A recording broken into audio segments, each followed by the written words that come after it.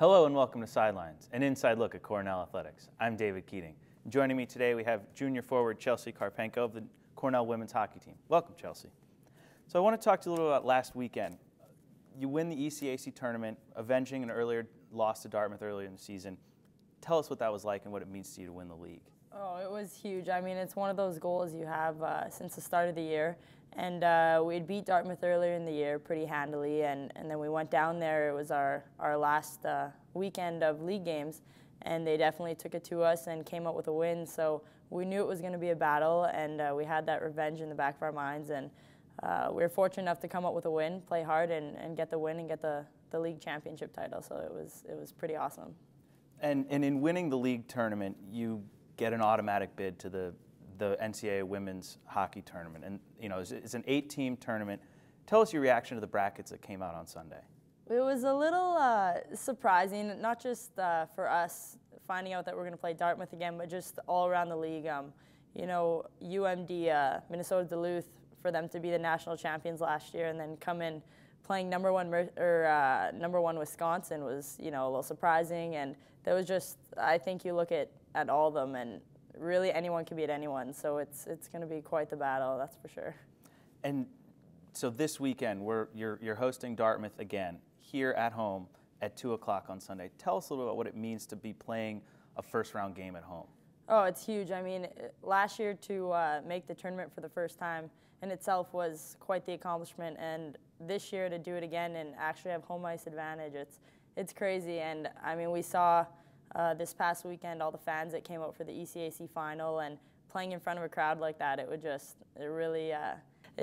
home ice advantage means a lot more when you got fans and support like that, and it was outstanding. It was awesome. You mentioned the fans, and tell me a little about, you know, your freshman year you come here and you're only getting maybe a few hundred fans, yeah. to now with you know, last week with 2,700 people. Tell us a little about how that changes when you play, and could you ever imagine that when you were here? Well, I mean, freshman year, I'm pretty sure you could count the people in the stands. Yeah, it wasn't like it is now, but, you know, the last few years we've been improving constantly and getting more numbers in the win column, and people are taking a liking to that, and they're coming out and seeing what we can do and spreading the word, and it's really been great, and I mean, we hope it continues, and we're going to keep trying to do our part and hope that the fans appreciate that and keep coming out to support. So, I mean, yeah, it's wicked. You see posters around campus, and professors are putting up stuff in their lectures and everything, so really trying to get the student body and just the Ithaca community itself. It's great. So entering the tournament this year compared with last year, what's different? I mean, you've been there before, but has your mindset changed at all from last year to this year?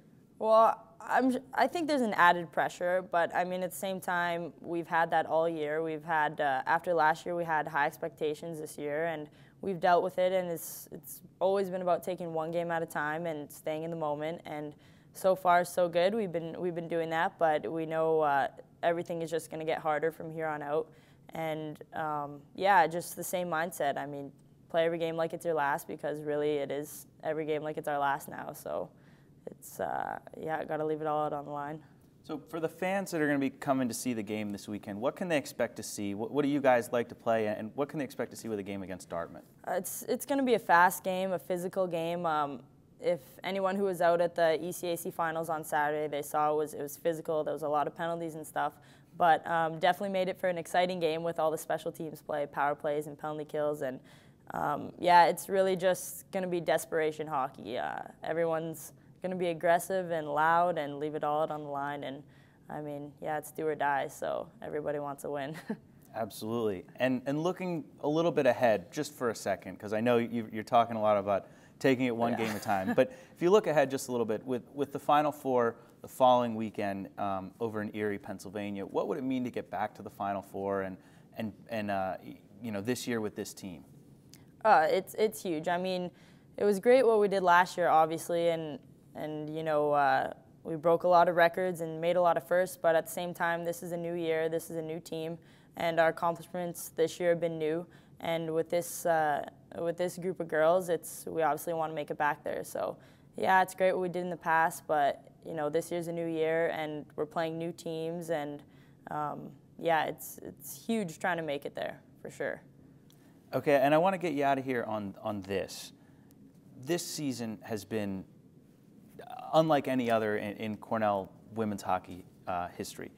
What would it mean finally, both to this team but to all of Cornell, to bring home a national championship?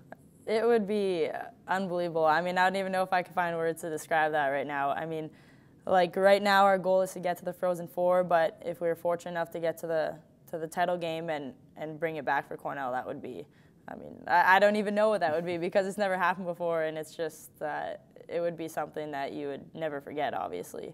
I mean, just having a year like this alone is something you never forget, but we know it's not over yet, and we still got a lot of work to do.